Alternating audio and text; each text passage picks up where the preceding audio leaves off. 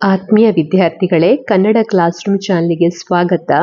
ಇವತ್ತಿನ ವಿಡಿಯೋದಲ್ಲಿ 8ನೇ ತರಗತಿ ಗಣಿತ ಅಧ್ಯಾಯ 4 ಚತುರ್ಭುಜಗಳು ಈ ಅಧ್ಯಾಯದ ನಿರ್ಧಾರಕ 3 ಕರ್ಣಗಳ ನಡುವಿನ ಕೋನಗಳು ಯಾವುವು ಅಂತ ಹೇಳಿ ಈ ಕ್ವಶನಿಗೆ ಆನ್ಸರ್ ಅನ್ನ ಕಂಡುಹಿಡಿಯೋಣ. ಇಲ್ಲಿ ನಿರ್ಧಾರಕ 3 ಅಂತ ಕೊಟ್ಟಿದ್ದಾರೆ. ಈ ನಿರ್ಧಾರಕ 3 ಏನಿದೆ ಇದಕ್ಕೆ ಹೊಂದಿಕೊಂಡು ಇರುವಂತಹ ಡೆಫಿನೇಷನ್ ಅಥವಾ ವಿವರಣೆಯನ್ನ ಇಲ್ಲಿ ಕೊನೆಗೆ ಕೊಟ್ಟಿದ್ದಾರೆ. ಇದರ ಎಲ್ಲದರ ಸೊಲ್ಯೂಷನ್ ಅನ್ನ ಫೈಂಡ್ ಔಟ್ ಮಾಡಿದ ಮೇಲೆ ಇದು ನಿರ್ಧಾರಕ 3 ಅಂತ ನಾವಿಲ್ಲಿ ಹೇಳ್ತೇವೆ. ಇದನ್ನ ಪೇಜ್ ನಂಬರ್ 92ರಲ್ಲಿ ಕೊಟ್ಟಿದ್ದಾರೆ.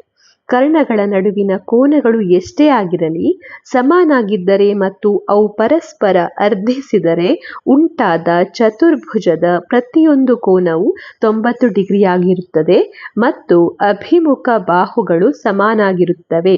ಹೀಗಾಗಿ ಚತುರ್ಭುಜವು ಒಂದು ಆಯತವಾಗಿದೆ. ಈ 92 ಪೇಜ್ ನಂಬರಲ್ಲಿ ಕೊಟ್ಟಿರುವಂತ ಈ ವಿವರಣೆ ಏನಿದೆ ಇದು ನಿರ್ಧಾರಕ 3 ಆಗಿದೆ.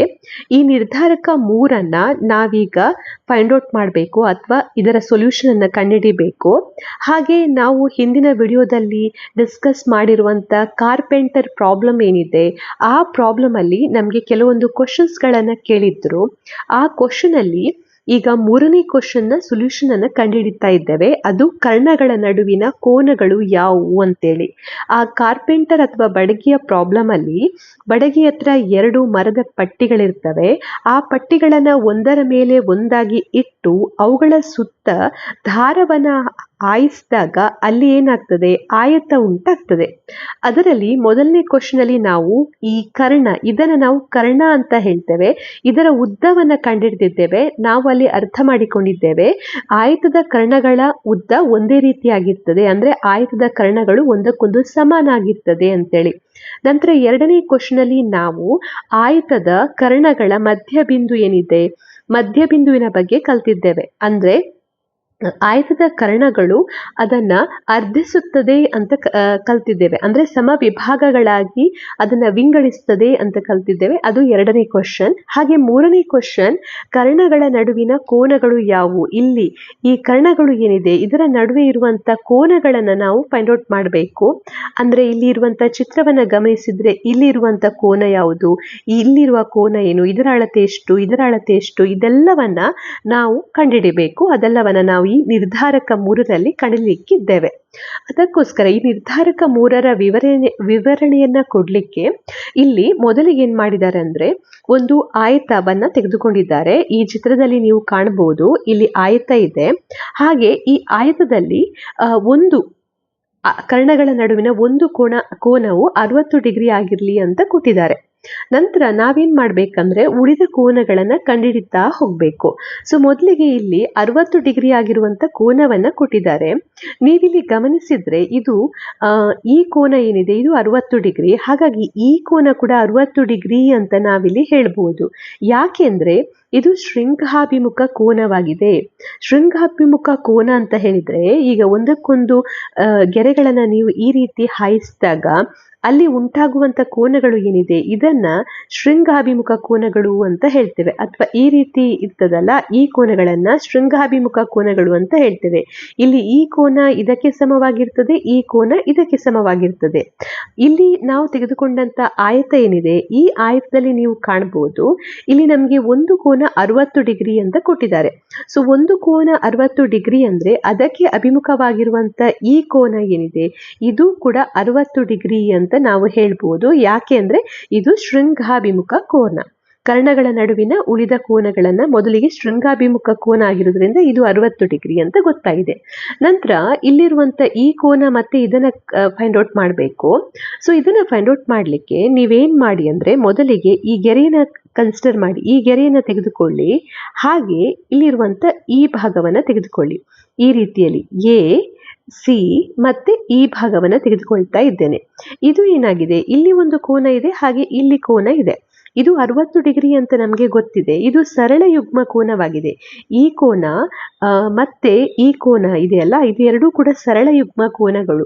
ಇದೊಂದು ಸರಳ ರೇಖೆ ಆಗಿದೆ. ಇದರ ಮೇಲೆ ಹಾದು ಹೋಗುವಂತ ಕೋನಗಳ ಒಟ್ಟು ಮೊತ್ತ ಯಾವಾಗಲೂ ಕೂಡ 180 ಡಿಗ್ರಿ ಆಗಿರ್ತದೆ. ಆದ್ರಿಂದ ನಾವಿಲ್ಲಿ ಏನು ಹೇಳ್ಬೋದು, ನಮಗೆ ಇಲ್ಲಿ ಈ ಕೋನದ ಅಳತೆ ಗೊತ್ತಿದೆ 60 ಡಿಗ್ರಿ ಅಂತ, ಇದನ್ನು ನಾವು ಕಂಡುಹಿಡಿಬೇಕು. ಒಟ್ಟು ಕೋನದ ಅಳತೆ ಎಷ್ಟಾಗಿರ್ತದೆ, ಎ ಒ ಬಿ ಕೋನ ಪ್ಲಸ್ ಕೋನ B O C is equal to 180 degree. ಯಾಕೆಂದ್ರೆ ಇದು ಸರಳ ಯುಗ್ಮ ಕೋನ, ಅದನ್ನು ಇಲ್ಲಿ ಕೊಟ್ಟಿದ್ದಾರೆ. ಸೊ ಎ ಒ ಬಿ ಅಂದರೆ 60 degree. So 60 degree plus B O C is equal to 180 degree. So ಕೋನ B O C is equal to 180 degree minus 60 degree, ಅಂದರೆ ಕೋನ B O C is equal to 120 degree ಅಂತ ನಾವಿಲ್ಲಿ ಹೇಳ್ಬೋದು. ಹಾಗಾಗಿ ನಮಗೀಗ ಇಲ್ಲಿ ಇನ್ನೊಂದು ಕೋನದ ಅಳತೆ ಸಿಕ್ಕಿತ್ತು, ಇದು 120 ಡಿಗ್ರಿ ಅಂತ ಗೊತ್ತಾಯಿತು. ಸೊ ಇದು 120 ಡಿಗ್ರಿ ಆದರೆ ಇದಕ್ಕೆ ಅಭಿಮುಖವಾಗಿರುವಂಥ ಈ ಕೋನ, ಇದು ಶೃಂಗಾಭಿಮುಖ ಕೋನವಾಗಿದೆ, ಇದು ಮತ್ತೆ ಇದು. ಹಾಗಾಗಿ ಇದು ಕೂಡ ಏನಾಗ್ತದೆ 120 ಡಿಗ್ರಿ ಆಗಿರ್ತದೆ ಅಂತ ನಾವಿಲ್ಲಿ ಹೇಳ್ಬೋದು. ಸೊ ಇಲ್ಲಿಗ ನಮಗೆ 3 ಕೋನಗಳ ಅಳತೆ ಗೊತ್ತಾಗಿದೆ. ನೆಕ್ಸ್ಟ್ ನಾವು ಇಲ್ಲಿರುವಂತ ಈ ಕೋನ ಉಳಿದ ಕೋನಗಳ ಅಳತೆಗಳನ್ನ ಕಂಡುಹಿಡಿತಾ ಹೋಗ್ಬೇಕು. ಸೊ ಇಲ್ಲೀಗ ನೀವು ಕಾಣ್ಬೋದು, ನಂತರ ಇಲ್ಲಿ ವಿವರಣೆಯನ್ನು ಕೊಟ್ಟಿದ್ದಾರೆ. ನಾವೀಗ ಇಲ್ಲಿರುವಂತ ಈ ಕೋನ ಎಷ್ಟು ಹಾಗೆ ಈ ಕೋನ ಎಷ್ಟು ಅಂತ ಕಂಡುಹಿಡಿಬೇಕು. ನೀವಿಲ್ಲಿ ಗಮನಿಸಿದ್ರೆ ಯಾವುದೇ ಒಂದು ಸಮದ್ವಿಬಾಹು ತ್ರಿಭುಜವನ್ನು ತೆಗೆದುಕೊಂಡ್ರೆ, ಈ ರೀತಿಯಲ್ಲಿ 2 ಬಾಹುಗಳು ಸಮವಾಗಿರುವಂತಹ ತ್ರಿಭುಜವನ್ನು ತೆಗೆದುಕೊಂಡ್ರೆ, ಸಮದ್ವಿಬಾಹು ತ್ರಿಭುಜದಲ್ಲಿ ಏನಾಗಿರ್ತದೆ, 2 ಬಾಹುಗಳು ಒಂದಕ್ಕೊಂದು ಸಮವಾಗಿರ್ತದೆ. ಸೊ 2 ಬಾಹುಗಳು ಸಮವಾದಾಗ ಅದಕ್ಕೆ ಅಭಿಮುಖವಾಗಿರುವಂತಹ ಕೋನಗಳು ಕೂಡ ಸಮವಾಗಿರ್ತದೆ. ಈಗ ಇಲ್ಲಿ ಈ ಉದಾಹರಣೆಯಲ್ಲಿ A B is equal to A C ಆಗಿದೆ. ಸೊ ಈ ಎ ಬಿಗೆ ಅಭಿಮುಖವಾಗಿರುವಂತಹ ಕೋನ ಯಾವುದು, ಸಿ ಆಗಿದೆ. ಹಾಗೆ ಎ ಸಿಗೆ ಅಭಿಮುಖವಾಗಿರುವಂತಹ ಕೋನ ಯಾವುದು, ಬಿ ಆಗಿದೆ. So C is equal to B ಆಗಿರ್ತದೆ ಅಂತ ಕೂಡ ನಾವು ಹೇಳ್ಬೋದು. ಇದು ನಮಗೆ ಗೊತ್ತಿರುವಂತ ಒಂದು ಗುಣ. ಈ ಗುಣವನ್ನ ನಾವೀಗ ತ್ರಿಭುಜ ಏನಿದೆ, ಈ ತ್ರಿಭುಜ ಎ ಒ ಬಿ ಯಲ್ಲಿ ಉಪಯೋಗಿಸಬಹುದು. ಈ ತ್ರಿಭುಜ ಎ ಒ ಬಿ ಯಲ್ಲಿ ಇದು ಎ ಒ ಮತ್ತೆ ಇದು ಬಿ ಒ, ಇವುಗಳು ಒಂದಕ್ಕೊಂದು ಸಮವಾಗಿದೆ. ನಾವು ಹಿಂದಿನ ವಿಡಿಯೋದಲ್ಲಿ ನೋಡಿದ್ದೇವೆ. ಯಾಕೆಂದ್ರೆ ಕರ್ಣಗಳು ಅರ್ಧಿಸುತ್ತದೆ, ಸಮವಿಭಾಗಗಳಾಗಿ ವಿಂಗಡಿಸುತ್ತದೆ ಅಂತ ಕಲ್ತಿದ್ದೇವೆ. ಹಾಗಾಗಿ ಇದು ಮತ್ತೆ ಇದು ಸಮವಾಗಿದೆ. ಅಂದ್ರೆ ಇಲ್ಲಿರುವಂತ ಈ ಕೋನವು ಇದಕ್ಕೆ ಅಭಿಮುಖವಾಗಿರುವಂತಹ ಈ ಕೋನ, ಹಾಗೆ ಈ ಬಾಹುವಿಗೆ ಅಭಿಮುಖವಾಗಿರುವಂತಹ ಈ ಕೋನವು ಒಂದಕ್ಕೊಂದು ಸಮ ಅಂತ ಹೇಳ್ಬೋದು. ಹಾಗಾಗಿ ಇಲ್ಲಿ ನಾನು ಎ ಅಂತ ತೆಗೆದುಕೊಳ್ತೇನೆ, ನಂತರ ಇದು ಕೂಡ ಎ ಅಂತ ತೆಗೆದುಕೊಳ್ತಾ ಇದ್ದೇನೆ. ಸೊ ಇಲ್ಲಿ ನೀವು ಚಿತ್ರದಲ್ಲಿ ಕೆಳಗೆ ಕಾಣಬಹುದು. ಸೊ ಮೊದಲಿಗೆ ಈಗ ನಮಗೆ ಈ ಎಲ್ಲ ಕೋನಗಳ ಅಳತೆ ಸಿಕ್ಕಿತ್ತು. ಇಲ್ಲಿ ನೆಕ್ಸ್ಟ್ ನಾವು ಉಳಿದ ಕೋನಗಳನ್ನು ಕಂಡುಹಿಡಿಬೇಕು. ಸೊ ಇಲ್ಲಿ ನಾನು ಇಲ್ಲಿ ಎ ಅಂತ ತೆಗೆದುಕೊಂಡಿದ್ದಾರೆ, ಹಾಗೆ ಇಲ್ಲಿ ಕೂಡ ಎ ಅಂತ ತೆಗೆದುಕೊಂಡಿದ್ದಾರೆ. ಯಾಕೆಂದ್ರೆ ಇಲ್ಲಿರುವಂತಹ ಬಾಹುಗಳು ಸಮವಾಗಿದೆ, ಹಾಗಾಗಿ ಅವುಗಳಿಗೆ ಅಭಿಮುಖವಾಗಿರುವಂತಹ ಕೋನಗಳು ಕೂಡ ಸಮ ಆಗಿರ್ತದೆ. ಸೊ ಎದ ಅಳತೆಯನ್ನು ಕಂಡುಹಿಡಿಯಬಲ್ಲಿರಾ? ಸೊ ಇಲ್ಲಿ ಈಗ ನಾವು ಎನ ಅಳತೆ ಎಷ್ಟು ಅಂತ ಕಂಡುಹಿಡಿಬೇಕು. ಸೊ ಹೇಗೆ ಕಂಡುಹಿಡಿತೀರಾ? ನೀವು ಈ ತ್ರಿಭುಜವನ್ನು ಗಮನಿಸಿ. ಈ ತ್ರಿಭುಜ ಎ ಒ ಬಿ ಅಂತ ಇದೆ. ತ್ರಿಭುಜದ 3 ಕೋನಗಳ ಮೊತ್ತ ಎಷ್ಟಾಗಿರ್ತದೆ, 180 ಡಿಗ್ರಿ ಆಗಿರ್ತದೆ. ಅಂದ್ರೆ ನಿಮ್ಗೆ ಗೊತ್ತಿದೆ ತ್ರಿಭುಜದ ಒಳ ಕೋನಗಳ ಮೊತ್ತ, ಈ ಗುಣದ ಪ್ರಕಾರ ತ್ರಿಭುಜದ 3 ಕೋನಗಳ ಮೊತ್ತ 180 ಡಿಗ್ರಿ ಆಗಿರ್ತದೆ. ಸೊ ಇಲ್ಲಿ ಒಂದು ಕೋನ ಯಾವುದು 60 ಡಿಗ್ರಿ, ಇನ್ನೊಂದು ಕೋನ ಎ ಆಗಿದೆ, ಇನ್ನೊಂದು ಕೋನ ಕೂಡ A. So A plus 60 degree is equal to 180 degree. ಅಂದ್ರೆ ಇಲ್ಲಿ ಏನಾಗ್ತದೆ, 2a is equal to 180 degree minus 60 degree. So 2a is equal to 120 degree. a is equal to 120 ಭಾಗಿಸು 2 ಅಂದರೆ 60 ಡಿಗ್ರಿ ಅಂತ ನಮಗಿಲ್ಲಿ ಸಿಗ್ತದೆ. ಸೊ ನಮಗೀಗ ಎ ಯ ಬೆಲೆ ಸಿಕ್ಕಿತು. ಎ ಎಷ್ಟು ಅಂತ ಸಿಕ್ಕಿತು, 60 ಡಿಗ್ರಿ ಅಂತ ಸಿಕ್ಕಿದೆ. ಸೊ ಇದು 60 ಡಿಗ್ರಿ, ಹಾಗೆ ಇದು ಕೂಡ 60 ಡಿಗ್ರಿ. ಇಲ್ಲಿ 3 ಕೋನಗಳು 60 ಡಿಗ್ರಿ ಆಗಿದೆ. ನಂತರ ನಾವೀಗ ಉಳಿದ ಕೋನಗಳನ್ನು ತುಂಬಾ ಸುಲಭವಾಗಿ ಕಂಡುಹಿಡಿಯಬಹುದು. ಅಂದ್ರೆ ಇದೇ ವಿಧಾನವನ್ನು ಉಪಯೋಗಿಸಿ ಉಳಿದ ಕೋನಗಳನ್ನು ಕೂಡ ಕಂಡುಹಿಡಿಯಬಹುದು. ಈಗ ನೀವು ಉದಾಹರಣೆಗೆ ತ್ರಿಭುಜ, ಈ ತ್ರಿಭುಜವನ್ನು ತೆಗೆದುಕೊಳ್ಳಿ, ತ್ರಿಭುಜ ಡಿ ಒ ಸಿ ಅನ್ನು ತೆಗೆದುಕೊಳ್ಳಿ. ಇಲ್ಲಿ ಕೂಡ ಈ ಬಾಹು ಮತ್ತೆ ಈ ಬಾಹು ಇದು ಸಮವಾಗಿದೆ ಒಂದಕ್ಕೊಂದು. ಅಂದ್ರೆ ಇದಕ್ಕೆ ಅಭಿಮುಖವಾಗಿರುವಂತ ಈ ಕೋನ ಮತ್ತೆ ಇದಕ್ಕೆ ಅಭಿಮುಖವಾಗಿರುವಂತ ಈ ಕೋನ, ಇವೆರಡು ಕೂಡ ಸಮ ಆಗಿರುತ್ತೆ. ಅಂದ್ರೆ ಬಿ ಮತ್ತೆ ಬಿ ಅಂತ ತೆಗೆದುಕೊಳ್ಬಹುದು. ಹಾಗೆ ಈ 3 ಕೋನಗಳ ಮೊತ್ತ ಏನಾಗಿರ್ತದೆ, ಕೋನ ಓ ಪ್ಲಸ್ ಕೋನ ಡಿ ಪ್ಲಸ್ ಕೋನ ಸಿ ಇಸ್ ಈಕ್ವಲ್ ಟು ಏನಾಗಿರ್ತದೆ 180 ಡಿಗ್ರಿ ಆಗಿರ್ತದೆ ತ್ರಿಭುಜದ ಒಳಕೋನಗಳ ಮೊತ್ತದ ಪ್ರಕಾರ. ಸೊ ಕೋನ ಓ ಅಂದರೆ 60 ಡಿಗ್ರಿ ಅಂತ ಗೊತ್ತಿದೆ. Next B plus B is equal to 180 degree. So 2b B plus B ಅಂದರೆ 2b 180 degree minus 60 degree. So 2b is equal to 120 degree. B is equal to 120 degree ಭಾಗಿಸು 2 ಅಂದರೆ 60 ಡಿಗ್ರಿ ಅಂತ ಸಿಗ್ತದೆ. ಅಂದರೆ ನಾವಿಲ್ಲಿ ಹೇಳ್ಬೋದು ಇಲ್ಲಿ ಈ ಬಿ ಅಂತ ನಾವೇನು ತೆಗೆದುಕೊಂಡಿದ್ದೇವೆ ಅದರ ಆನ್ಸರ್ ಏನು, ಇದು 60 ಡಿಗ್ರಿ ಆಗಿದೆ, ಹಾಗೆ ಇದು ಕೂಡ 60 ಡಿಗ್ರಿ ಆಗಿದೆ ಅಂತ ಹೇಳ್ಬೋದು. ಅದೇ ರೀತಿ ನೀವು ಇನ್ನೊಂದು ತ್ರಿಭುಜವನ್ನು ತೆಗೆದುಕೊಳ್ಳಿ. ಈಗ ಎ ಓ ಡಿ ತ್ರಿಭುಜವನ್ನು ತೆಗೆದುಕೊಳ್ಳಿ. ತ್ರಿಭುಜ ಎ ಓ ಡಿ ಅನ್ನು ತೆಗೆದುಕೊಳ್ತೇನೆ. ಅದರಲ್ಲೂ ಕೂಡ ನೀವು ಗಮನಿಸಿದರೆ ಈ ಬಾಹು ಏನಿದೆ ಇದಕ್ಕೆ ಸಮವಾಗಿದೆ. ಈ ಬಾಹು ಇದಕ್ಕೆ ಸಮವಾಗಿದೆ ಅಂತ ಹೇಳಿದ್ರೆ ಏನರ್ಥ, ಅದಕ್ಕೆ ಅಭಿಮುಖವಾಗಿರುವಂತ ಕೋನ, ಈಗ ಇದು ಸಿ ಆದ್ರೆ ಇದು ಕೂಡ ಇದಕ್ಕೆ ಸಮವಾಗಿರ್ತದೆ. ಇವೆರಡು ಕೋನಗಳು ಒಂದಕ್ಕೊಂದು ಸಮವಾಗಿರ್ತದೆ. ಇಲ್ಲಿ ಕೂಡ ನೀವು ಅದೇ ಪ್ರಾಪರ್ಟಿಯನ್ನು ಉಪಯೋಗಿಸಿ. ಅಂದ್ರೆ ಕೋನ ಎ ಪ್ಲಸ್ ಕೋನ ಓ ಪ್ಲಸ್ ಕೋನ ಡಿ ಇಸ್ ಈಕ್ವಲ್ ಟು ಎಷ್ಟಾಗಿರ್ತದೆ 180 ಡಿಗ್ರಿ. ಕೋನ ಎ ಪ್ಲಸ್ ಕೋನ ಓ ಪ್ಲಸ್ ಕೋನ ಸಿ ಇಸ್ ಈಕ್ವಲ್ ಟು ಕೋನ D is equal to 180 degree ಆಗಿದೆ. ಕೋನ ಎ ಅಂದ್ರೆ ಏನು, ಇಲ್ಲಿರುವಂಥದ್ದು ಅಂದ್ರೆ ಇಲ್ಲಿ ಓ ಎ ಡಿ ಈ ಕೋನ.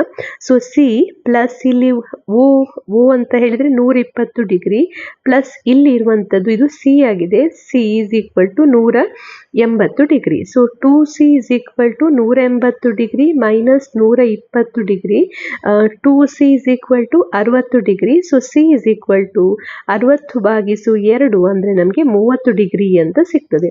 ಸೊ ಇದು ಕೋನ ನೀವಿಲ್ಲಿ ಈಗ ನೋಡ್ಬೋದು, ಎಲ್ಲ ಕೋನಗಳನ್ನು ನಾವು ಕಂಡುಹಿಡಿದಿದ್ದೇವೆ.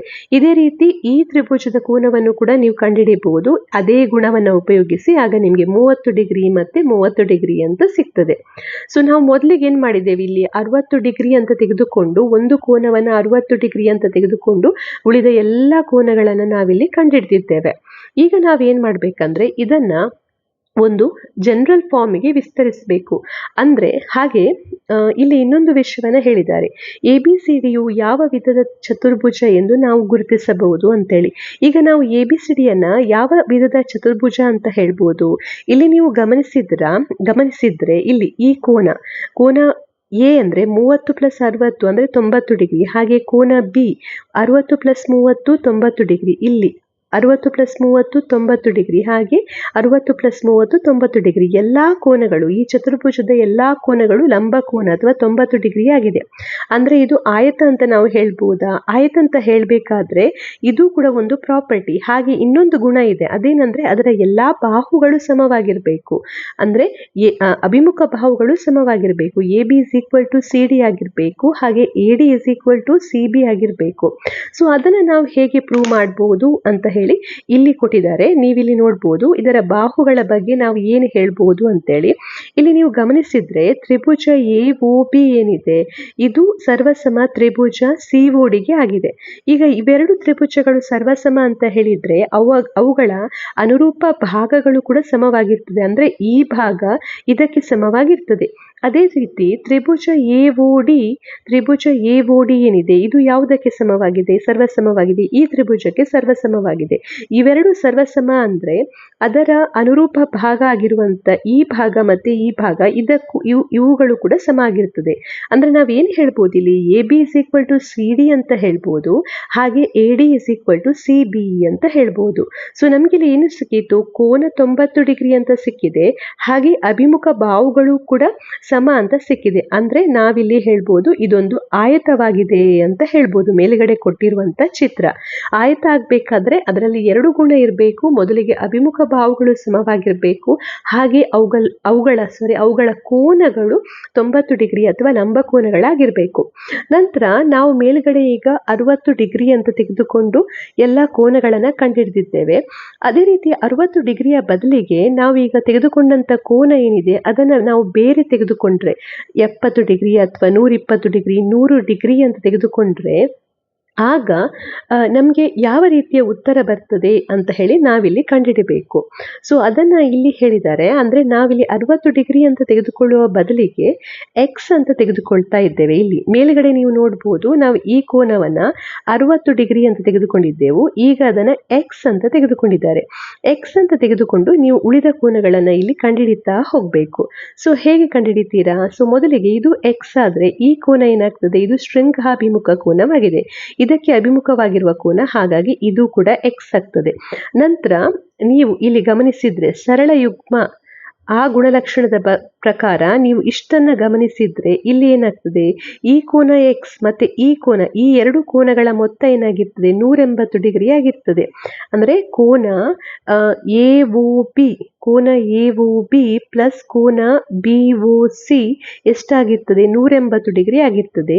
ಕೋನ ಎ ಒ ಬಿ ಎಕ್ಸ್ ಅಂತ ಗೊತ್ತಿದೆ. ಸೊ ಕೋನ B O C is equal to 180 degree. So ಕೋನ B O C is equal to 180 degree minus X. ಅಂದರೆ ಇದು 180 ಡಿಗ್ರಿ ಮೈನಸ್ ಎಕ್ಸ್ ಅಂತ ನಾವು ಹೇಳ್ಬೋದು. ಹಾಗೆ ಇದು 180 ಡಿಗ್ರಿ ಮೈನಸ್ ಎಕ್ಸ್ ಆದರೆ ಈ ಕೋನ ಏನಾಗ್ತದೆ, ಇದು ಶೃಂಗಾಭಿಮುಖ ಕೋನ, ಇದಕ್ಕೆ ಅಭಿಮುಖವಾಗಿರುವ ಕೋನ. ಹಾಗಾಗಿ ಇದು ಕೂಡ 180 ಡಿಗ್ರಿ ಮೈನಸ್ ಎಕ್ಸ್ ಆಗ್ತದೆ ಅಂತ ನಾವಿಲ್ಲಿ ಹೇಳ್ಬೋದು.